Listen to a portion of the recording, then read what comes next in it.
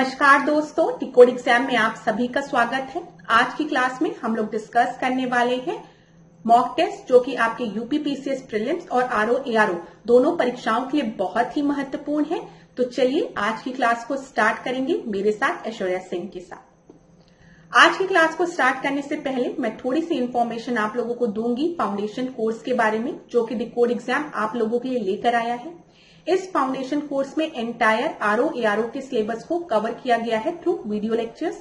यहाँ पर आपको नोट्स प्रोवाइड की जाएगी पीडीएफ के फॉर्मेट में। आपको टेस्ट सीरीज प्रोवाइड की जाएगी, जहां पर आप अपने परफॉर्मेंस को इवेलुएट कर सकते हैं। और अगर आपको किसी भी तरीके का डाउट होता है तो आप टेलीग्राम ग्रुप पे पूछ भी सकते हैं। क्लास इस कोर्स से रिलेटेड कोई भी इंफॉर्मेशन चाहिए तो नीचे व्हाट्सएप नंबर दिया गया है, वहां पर आप कॉन्टैक्ट कर सकते हैं।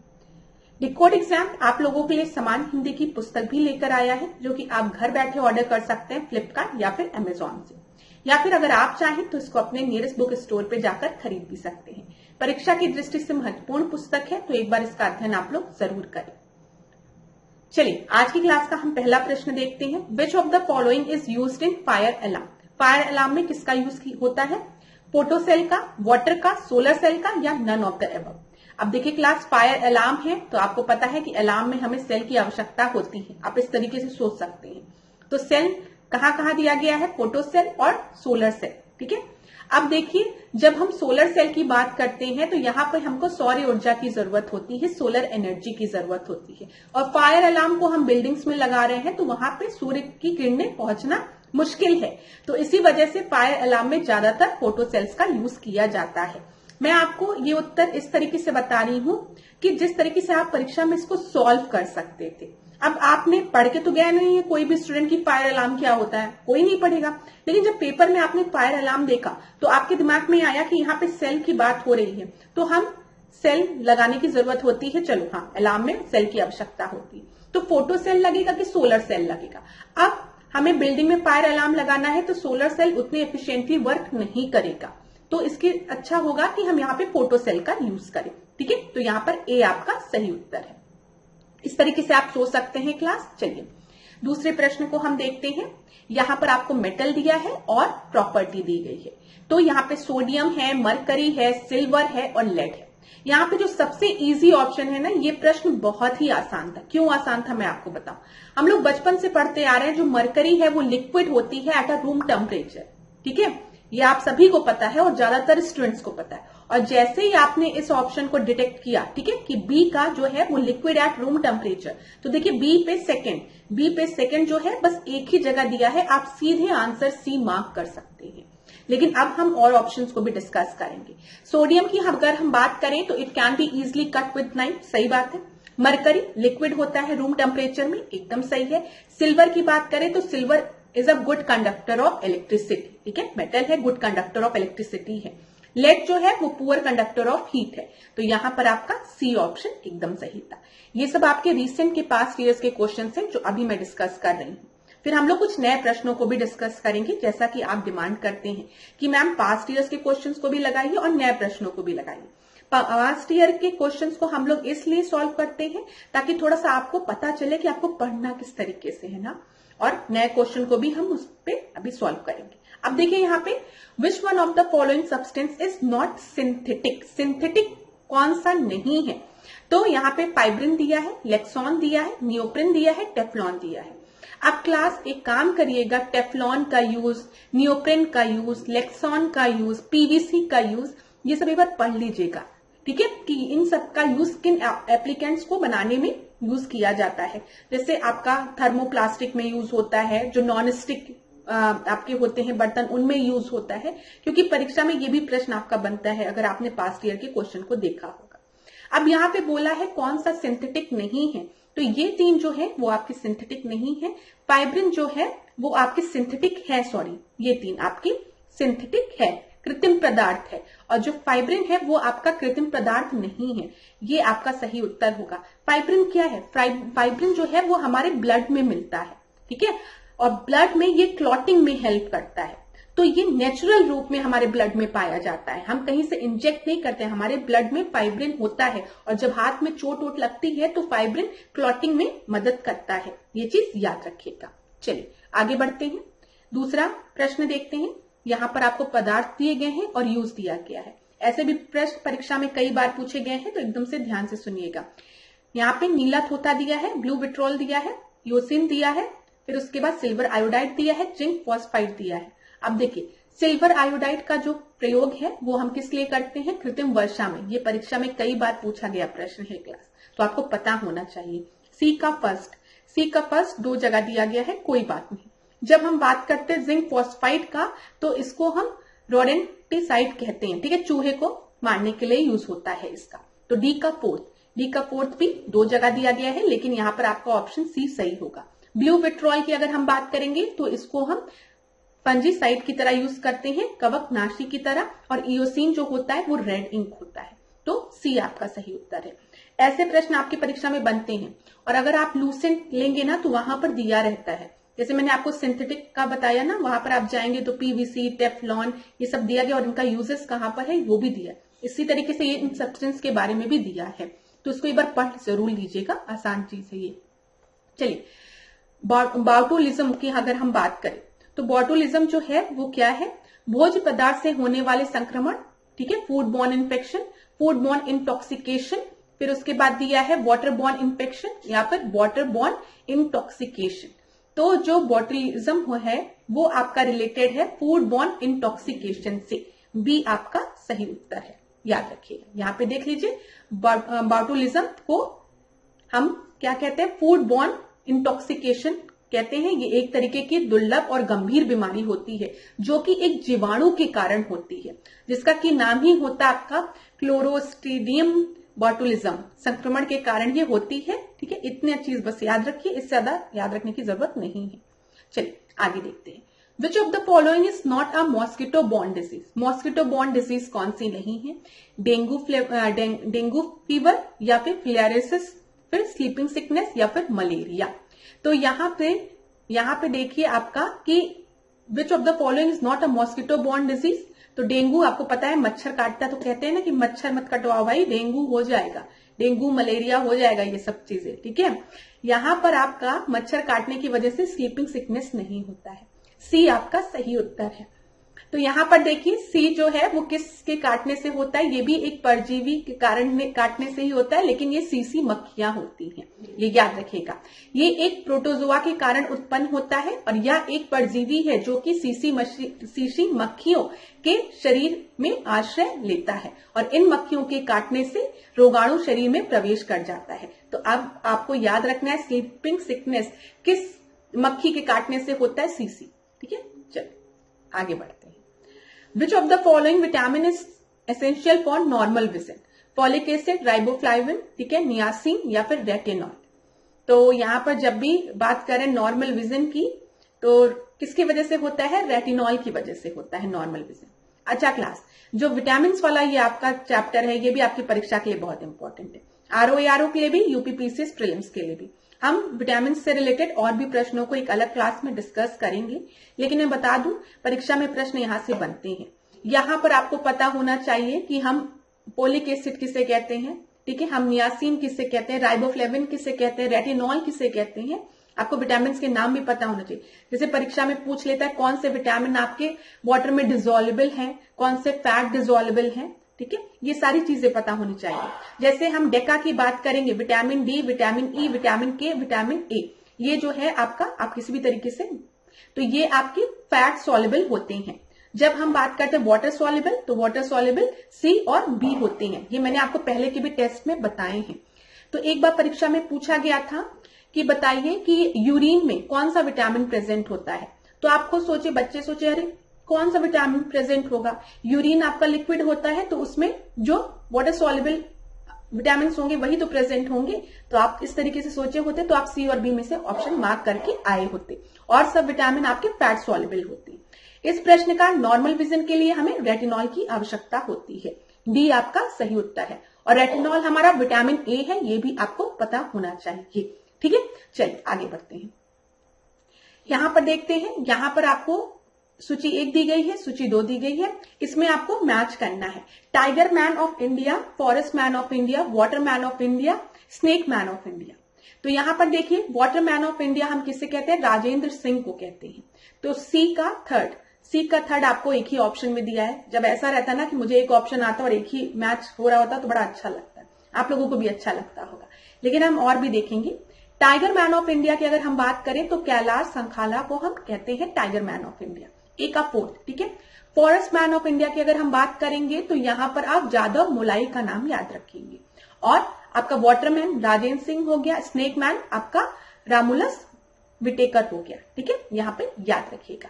डी आपका सही उत्तर है। इसी तरीके से परीक्षा में पूछ लेता है कि व्हाइट रिवॉल्यूशन, ठीक है, फादर ऑफ व्हाइट रिवॉल्यूशन जो कि आपके दूध से रिलेटेड है, मिल्क से रिलेटेड है ना, उसके फादर किसे बोलते हैं, तो वर्गीसी कुरियन को, ठीक है, ये पता होना चाहिए आपको।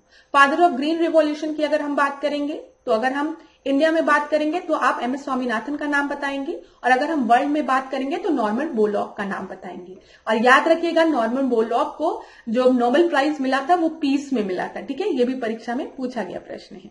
चलिए डी आपका सही उत्तर है। अगला प्रश्न हम देखते हैं, निम्नलिखित में से कहां सदाबहार वन पाए जाते हैं, कहां पाए जाते हैं, मालवा पठार में, पूर्वी पठार में, पश्चिमी घाट में, या फिर छोटा नागपुर प्लाटो में। एवरग्रीन फॉरेस्ट मतलब जो 12 महीने आपकी ग्रीन रहे, जैसे हम पर्णपाती वन की बात करते हैं, जैसे डियर्स फॉरेस्ट की बात करते हैं, तो वो एक समय बाद अपनी पत्तियों को गिरा देते हैं। लेकिन एवरग्रीन फॉरेस्ट जो है वो पूरे साल भर आपके हरे रहते हैं।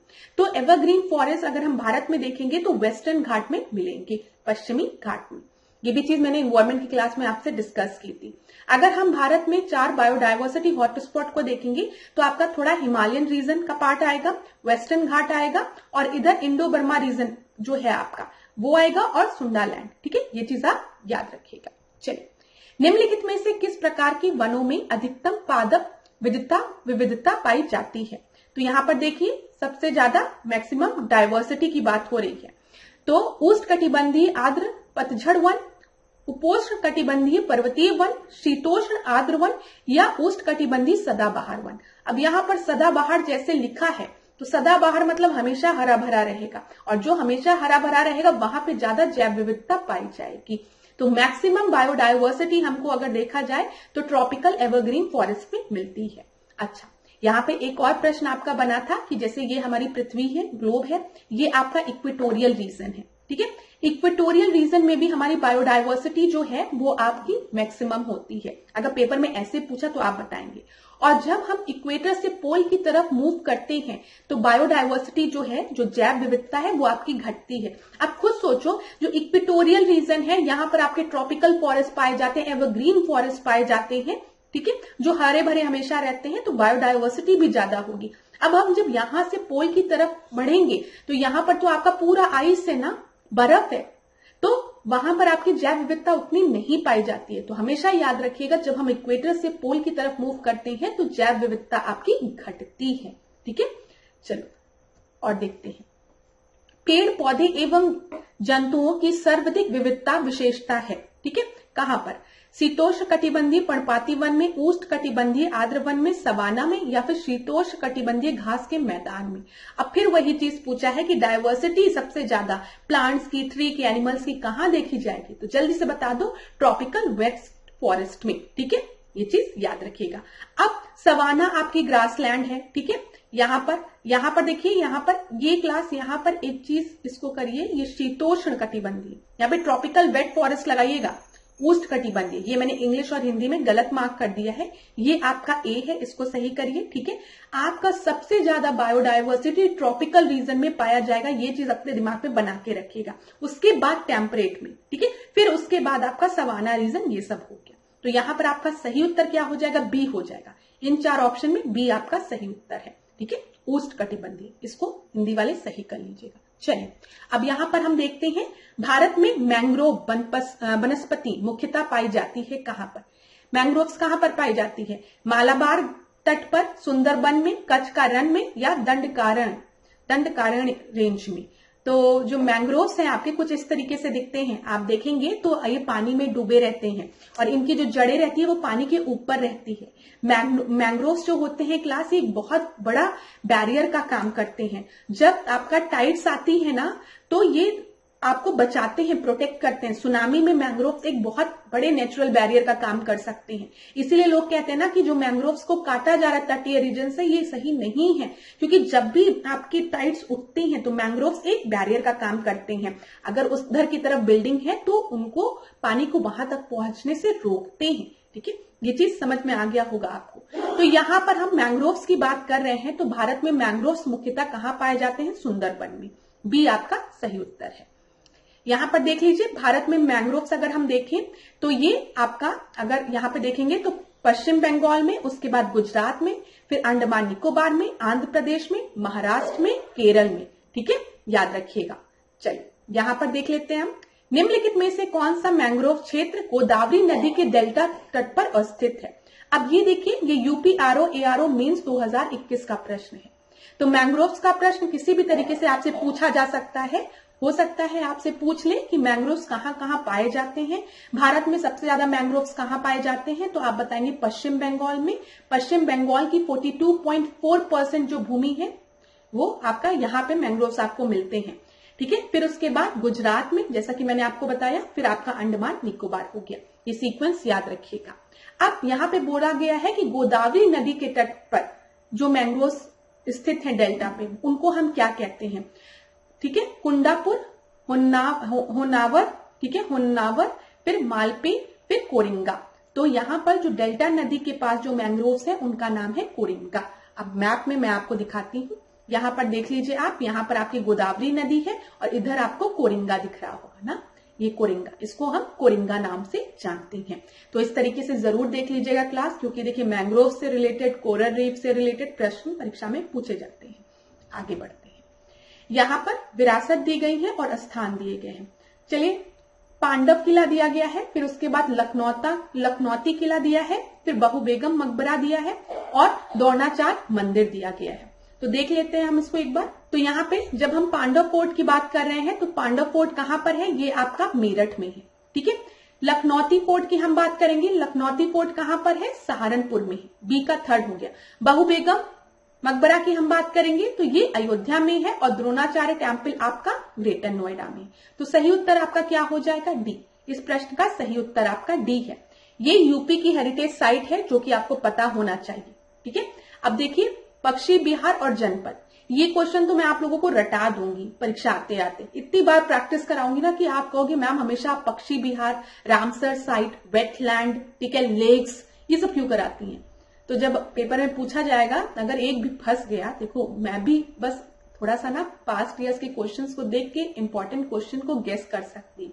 मैंने आप लोगों का पेपर नहीं बनाया है, ठीक है, और ना मैं आप लोगों का पेपर बनाने जा रही हूँ, ना ही मेरा कोई लिंक है वहां पे कि मैं बता दूं कि आपका पेपर में ये प्रश्न आएगा। हम बस पुराने पेपर को देख के, उनको अध्ययन करके, चीजों को समझ के क्वेश्चंस को प्रिडिक्ट कर सकते हैं।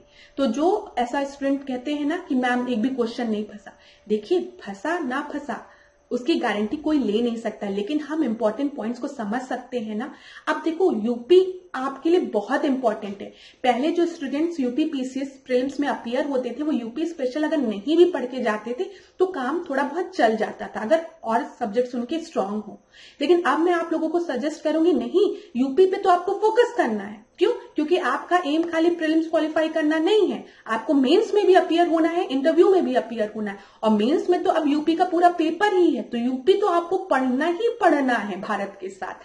तो इसीलिए यहाँ पे कौन से पक्षी बिहार है, कौन सा वेटलैंड है, कौन सी नदी है, कौन से मिनरल्स पाए जाते हैं, सब याद कर लो, क्योंकि प्रीलिम्स में भी हेल्प करेगा और मेंस में भी आपको हेल्प करेगी ये सब चीजें। तो इसीलिए बार बार मैं ये चीज कह रही हूँ। तो देखिए क्लास, ये बर्ड सेंचुरी वाला क्वेश्चन जो है वो इंपॉर्टेंट है, इसीलिए मैं फिर डिस्कस कर रही हूँ। अब देखो, सांडी पक्षी बिहार, ओखला पक्षी बिहार, सुर सरोवर और विजय सागर। सुर का नाम जैसे लेते हैं आगरा आ जाता है, तो सी का थर्ड, ये बड़ा अच्छा काम किया है। सी का थर्ड एक ही में दिया गया है, लेकिन हम और भी देखेंगे। सांडी पक्षी बिहार की अगर हम बात करेंगे तो ये कहां पर है? सांडी बताइए हरदोई में है। ओखला पक्षी बिहार की बात करेंगे तो ये आपका गौतम बुद्ध नगर में है। विजय सागर पक्षी बिहार कहां पर है? ये महोबा में है। तो उत्तर आपका बी हो जाएगा। ठीक है, बी आपका सही उत्तर है। अब देख लीजिए, ओखला अभ्यारण्य कहां पर है? अभी हमने देखा ओखला कहां पर है, जल्दी बताइए। ये आपका गौतम बुद्ध नगर में है। ठीक है, तो देखिए यहाँ पर गौतम बुद्ध नगर में ओखला हो गया। कछुआ अभ्यारण्य कहां पर है बताइए? वाराणसी में है। ठीक है। कतनिया घाट कहां पर है? ये आपका बहराइच के पास है। किशनपुर अभ्यारण्य की अगर हम बात करेंगे तो ये आपका लखीमपुर खीरी। ठीक है। कैमूर अभ्यारण्य की बात करेंगे तो ये मिर्जापुर सोनभद्र रीजन में हो गया। चंद्रप्रभा चंदौली में, कई बार परीक्षा में पूछा है। पटना अभ्यारण्य जो है वो एटा में है, ये भी कई बार पूछा है। पार्वती अरग्गा अभ्यारण्य अभी परीक्षा में पूछा है, ये गोंडा में है और ये आपका एक पक्षी अभ्यारण्य भी है, याद रखिएगा। बखीरा, और ये वेटलैंड भी है, आर्द्रभूमि भी है। बखीरा अभ्यारण्य जो है वो संत कबीर नगर में है। महावीर स्वामी अभ्यारण्य की बात करेंगे तो ये ललितपुर में है। रानीपुर अभ्यारण्य आपका बांदा चित्रकूट। क्लास याद कर लीजिएगा इसको। सुर सरोवर कहाँ है? आगरा में है। सुरहा ताल बलिया में है। सुहे लवा अभ्यारण्य कहां पर है? बलरामपुर गोंडा श्रावस्ती में। ठीक है, ये चीज याद रखिएगा, बलरामपुर रीजन याद रखिएगा। सोहागी की हम बात करेंगे तो महाराजगंज। हस्तिनापुर ये आपका मेरठ मुजफ्फरनगर वाले क्षेत्र में हो गया। चंबल आगरा इटावा में। लाख बहौसी कन्नौज में, ये भी कई बार पूछा गया है तो याद रखिएगा। विजय सागर महोबा में। सांडी जो है वो आपका हरदोई में है, ये भी पूछा गया है। समसपुर भी कई बार पूछा गया है, ये रायबरेली में है। सामन अभ्यारण्य की अगर हम बात करेंगे तो ये मैनपुरी में है, ये भी कई बार पूछा गया है। तो बी आपका सही उत्तर का बता दिया। लास्ट क्लास में मैंने आपको जो उत्तर प्रदेश में आपके रामसर साइट है वो बताया था, तो जल्दी से रिवाइज करो। बखीरा बताओ संत कबीर नगर में। ठीक है। हम नवाबगंज की बात करेंगे तो उन्नाव। ठीक है। अगर हम समास की बात करेंगे तो ये आपका हो जाएगा मैनपुरी में। सांडी हरदोई में। सुर सरोवर आगरा में। हैदरपुर जो है वो मुजफ्फरनगर बिजनौर में। ठीक है। पार्वती अरग्गा की हम बात करेंगे गोंडा में। समसपुर रायबरेली में। सारसाई ये आपका इटावा में और अपर गंगा वाला आपका इधर मेडर रीजन में हो गया। ये मैंने आपको डिस्कस किया था पहले की क्लास में, बस अभी रिवाइज कराया। अब देखो, उत्तर प्रदेश के निम्नलिखित में से किस स्थान पर केंद्रीय कारागार स्थित नहीं है? कहाँ स्थित नहीं है बताओ? आगरा में, बरेली में, गोरखपुर में या फिर फतेहगढ़ में? तो आपका केंद्रीय कारागार जो है वो गोरखपुर में स्थित नहीं है। सी आपका सही उत्तर होगा। अगर हम देखें सेंट्रल जेल कहाँ कहाँ है तो आपको आगरा में मिलेगी। ठीक है। बरेली में मिलेगी, फतेहगढ़ में मिलेगी, नैनी में मिलेगी और वाराणसी में मिलेगी, गोरखपुर में नहीं है। चलो यहां पर देखिए, निम्नलिखित योजनाओं में से कौन से युग संगत नहीं है? तो गांधीवादी योजना जो है वो 1944 में आई, बताओ आई कि नहीं? जन योजना जो है वो 1948 में आई। सर्वोदय योजना 1950 में आई। तो यहां पर आपका कौन सा सही नहीं है वो बोला गया है। ठीक है। तो यहां पर आपका क्या होगा? जो जन योजना है वो आपका 1948 में नहीं आई है। बी आपका जो होगा वो आपका सही उत्तर होगा। क्यों नहीं है? देखिए, अगर हम गांधीवादी योजना की बात करते हैं तो ये एमएन अग्रवाल द्वारा दिया गया था। ठीक है, याद रखिएगा। और 1944 में दिया गया था गांधीयन प्लान, जिसको कि हम कहते हैं। फिर जब हम बात करते हैं प्यूपिल प्लान्स की, जन योजना की, तो इसको एमएन रॉय द्वारा दिया गया था 1945 में। ठीक है, ना कि 1948 में। और जयप्रकाश नारायण द्वारा हमने सर्वोदय योजना की बात की, मतलब सबके उदय की बात की, कब? 1950 में। ये चीज याद रखिएगा। चलिए आगे बढ़ते हैं। प्रधानमंत्री जीवन ज्योति बीमा योजना के संदर्भ में निम्नलिखित कथनों में से सत्य कथन चुने। सबसे पहला है, इसकी शुरुआत 2015 में की गई थी। दूसरा है, यह योजना 18 से 70 वर्ष के व्यक्तियों के लिए है। और तीसरा है, इस योजना की प्रीमियम राशि 330 रुपए है। तो प्रधानमंत्री जीवन ज्योति योजना की जब हम बात करते हैं तो इसकी शुरुआत 2015 में की गई थी, एकदम सही है। लेकिन इसकी जो आयु दी गई है यहाँ पर, जो वो 18 से 70 लिखा है, ये आपका गलत है। 330 एनुअली मिलेगा, ये भी सही है। तो यहाँ पर आपका सही पूछा गया है ना। हाँ, तो उत्तर क्या होगा? 1 और 3। ठीक है, सी आपका सही उत्तर होगा। यहाँ पर वर्ष जो लिमिट है वो 18 से 50 है। देखिए, इसमें 18 से 50 वर्ष की आयु के सभी बचत बैंक खाता धारक इस योजना में शामिल हो सकते हैं। ठीक है क्लास, ये चीज क्लियर हो गई होगी। अगला प्रश्न हम देखते हैं। निम्नलिखित कथनों में से सत्य कथन चुने। आपको सत्य कथन बताना है। राज्य को किसी भी सामाजिक और शैक्षिक रूप से पिछड़े वर्ग की उन्नति के लिए विशेष प्रावधान करने का अधिकार है। स्टेट के पास ये अधिकार है कि वो स्पेशल प्रोविजन बनाए सोशली और एजुकेशनली बैकवर्ड क्लासेस के लिए। चलो, दूसरा है, संविधान में अस्पृश्यता मतलब अनटचेबिलिटी की बात की गई है। शब्द को अनुच्छेद 17 में परिभाषित किया गया है। तो तो देखिए क्लास, एक चीज याद रखिएगा, जब आप इस प्रश्न को देखेंगे तो आपके दिमाग में आएगा कि 17th में हमने अनटचेबिलिटी की बात की है, जो कि सही है, लेकिन अनटचेबिलिटी को हमने अपने संविधान में कहीं पे भी डिफाइन नहीं किया है। तो दूसरा आपका गलत है और पहला आपका सही है कि हमने स्टेट को ये कहा है कि अगर आप कोई प्रोविजन बनाना चाहें for the advancement of socially and educationally backward classes तो आप बना सकते हैं। तो यहां पर आपका सही उत्तर क्या होगा? ए सही उत्तर है। देख लेते हैं, देखिए ए सही उत्तर है। यहां पर अगर आप आर्टिकल 15 देखेंगे तो आर्टिकल 15 के क्लॉज 4 में बोला गया है कि स्टेट जो है वो स्पेशल प्रोविजन बना सकता है सोशली और एजुकेशनली बैकवर्ड क्लासेस के। ये दोनों चीज याद रखिएगा, मैं जानबूझ के बार बार बोल रही हूँ सोशली और एजुकेशनली, सोशली और एजुकेशनली, सामाजिक और शैक्षिक रूप से, ठीक है, पिछड़े वर्ग की बात की गई है। और आपको पता है आर्टिकल 15 किससे रिलेटेड है कि हम किसी भी तरीके का डिस्क्रिमिनेशन नहीं करेंगे on the basis of religion, race, caste, sex and place of birth. ये चीज याद रखिएगा, किसी भी तरीके का डिस्क्रिमिनेशन नहीं होगा रिलीजन, रेस, कास्ट, सेक्स और प्लेस ऑफ बर्थ के बेसिस पे, लेकिन सोशली एजुकेशनली बैकवर्ड क्लासेस के लिए हम एडवांसमेंट के लिए प्रोविजन बना सकते हैं। ठीक है, चलिए आगे बढ़ते हैं, अगला प्रश्न देखते हैं। लोकसभा तथा राज्यसभा सदस्यों की अर्हताओं का उल्लेख किस अनुच्छेद में किया गया है? अनुच्छेद 81, 82, 83 या फिर 84 में? तो यहां पर qualification of Lok Sabha and Rajya Sabha members की बात अनुच्छेद 84 में की गई है। यहां पर ये डायरेक्ट प्रश्न है तो इतना एक्सप्लेन करने की जरूरत नहीं है, डी आपका उत्तर है। अच्छा, मिनिमम एज जो लोकसभा और राज्यसभा के मेंबर की होनी चाहिए वो क्या है? जब हम लोकसभा की बात करते हैं तो वो 25 वर्ष है, ठीक है, और हम राज्यसभा की बात करते हैं तो वो 30 वर्ष है। याद रखिएगा ये चीज।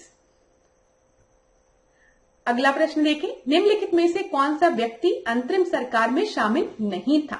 तो कौन शामिल नहीं था बताइए? डॉक्टर राजेंद्र प्रसाद, श्री राजा गोपालचारी, मोतीलाल नेहरू या फिर सरदार बलदेव सिंह। ठीक है, तो यहां पर देखिए मोतीलाल नेहरू इसमें शामिल नहीं थे। मोतीलाल नेहरू तो 1923 में थे आपके, जब स्वराजिस पार्टी आपकी बनती है, जब वो सीआर दास के साथ स्वराजिस पार्टी बनाते हैं, कुछ याद है? 1920 में असहयोग आंदोलन आया और जब चौरी चौरा कांड हुआ तो महात्मा गांधी ने असहयोग आंदोलन को वापस ले लिया, जिसके वजह से जो कुछ ऐसे नेता थे जो कि महात्मा गांधी के इस डिसीजन से खुश नहीं थे, क्योंकि उन्हें लग रहा था कि जो नॉन कॉर्पोरेशन मूवमेंट है, असहयोग आंदोलन है, वो अपने पीक पे है और इस समय एक घटना की वजह से गांधी जी को वापस नहीं लेना चाहिए था असहयोग आंदोलन। तो इसी के चलते कुछ लीडर्स इंडियन नेशनल कांग्रेस को छोड़ते हैं, जिसमें से मोतीलाल नेहरू, सीआर दास होते हैं और वो 1923 में जाकर स्वराजिस पार्टी का गठन करते हैं। कुछ समय बाद सीआर दास की मृत्यु हो जाती है और मोतीलाल नेहरू वापस कांग्रेस को ज्वाइन कर लेते हैं। याद रखिएगा मोतीलाल नेहरू अंतरिम सरकार में नहीं है, तो सी आपका सही उत्तर होगा। यहां पर ये चीज आपको पता होना चाहिए, ठीक है, कि कौन किसमें था। देखिए क्लास, इसको जरूर पढ़ लीजिएगा कि होम अफेयर्स वल्लभ भाई पटेल के अंडर में था, agriculture Rajendra Prasad, arts education health की बात करेंगे श्री राजा गोपालचारी, तो ये आपके लक्ष्मीकांत में आगे दिया भी है, तो इसको जरूर पढ़िएगा। ड्राफ्टिंग कमेटी, ठीक है, इंतरिम सरकार पढ़िए, आपका जो कॉन्स्टिट्यूएंट असेंबली था उसकी प्रथम बैठक कब हुई, फ्लैग कब अडॉप्ट किया गया, सॉन्ग कब अडॉप्ट किया गया, क्योंकि परीक्षा में रिपीट हो जाता है, देखा गया एक साल रिपीट करते, फिर 2 साल नहीं पूछते, फिर तीसरे साल फिर पूछ लेते हैं। तो कुछ ऐसी चीजें हैं ना जो छोड़ के नहीं जाना हमारा कर्तव्य है कि अगर पूछ लिया जाए तो गलत नहीं होगा, तो वो आप जरूर पढ़ लीजिएगा। थोड़ा रटने की आवश्यकता होती है लेकिन पढ़िएगा जरूर, ठीक है, प्रश्न बन जाते हैं। चलिए यहां पर देखते हैं, निम्नलिखित विषयों में से कौन से विषय समवर्ती सूची से संबंधित है? तो यहां पर देखते हैं समवर्ती सूची में आपका प्रत्यर्पण, ठीक है, विवाह और विवाह विच्छेद, संपत्ति का अर्जन और अधिग्रहण और विद्युत के उपभोग पर कर, ठीक है। तो यहां पर आपका कौन कौन सा कॉन्करेंट लिस्ट से रिलेटेड है ये पूछा गया है। यहां पे आपका जो सही उत्तर है वो है सी, ठीक है। यहां पर हम जब सी की बात करते हैं तो विवाह और विवाह विच्छेद और आपका संपत्ति का अर्जन और अधिग्रहण, ये आपका कॉन्करेंट लिस्ट में आते हैं। अब देखिए, जब भी हम लिस्ट की बात करते हैं तो आप सभी को पता है 3 तरीके की लिस्ट होती है, संघ सूची, राज्य सूची और समवर्ती सूची, ठीक है, जो कि 7 शेड्यूल में दिया गया है। अगर अनुच्छेद की बात करेंगे हम तो 246 अनुच्छेद आप याद रखेंगे। संघ सूची में आपका जो संघ है, जो पार्लियामेंट है, वो लॉ बनाएगा। राज्य सूची में स्टेट और समवर्ती सूची में दोनों बना सकते हैं। ये चीज आपको पता होना चाहिए, परीक्षा में प्रश्न बनता है। लास्ट क्लास में मैंने आपसे कुछ चीजें डिस्कस की थी, पहले मैं वो बता दूं आपको। देखिए यहाँ पे मैंने आपको बताया था कि 42nd कॉन्स्टिट्यूशनल अमेंडमेंट के थ्रू जो 5 राज्य के सब्जेक्ट थे, सब्जेक्ट जो स्टेट के थे, उसको समवर्ती सूची में कॉन्करेंट लिस्ट में ट्रांसफर किया गया था। वो कौन कौन से थे? शिक्षा, वन जीवों एवं पक्षियों का संरक्षण, नापतोल, न्याय प्रशासन और न्यायालयों का गठन और संगठन। ये जरूर याद रखिएगा, परीक्षा में रिपीट हो सकते हैं। ठीक है क्लास? तो क्लास आज के सेशन को अब हम यहीं पे एंड करेंगे। नेक्स्ट क्लास में हम आपसे मिलेंगे। थोड़ा सा गले में दिक्कत हो रही है तो इस वजह से क्लास बहुत लंबी नहीं हुई है, लेकिन आगे की क्लासेस हम कंटिन्यू करेंगे। जितने भी इंपॉर्टेंट प्रश्न आपकी परीक्षा में पूछे जा सकते हैं वो सारे प्रश्नों को हम सॉल्व करेंगे आपकी परीक्षा में। परीक्षा की डेट आने के पहले और परीक्षा में अपीयर होने के पहले आप उसकी चिंता नहीं करेंगे।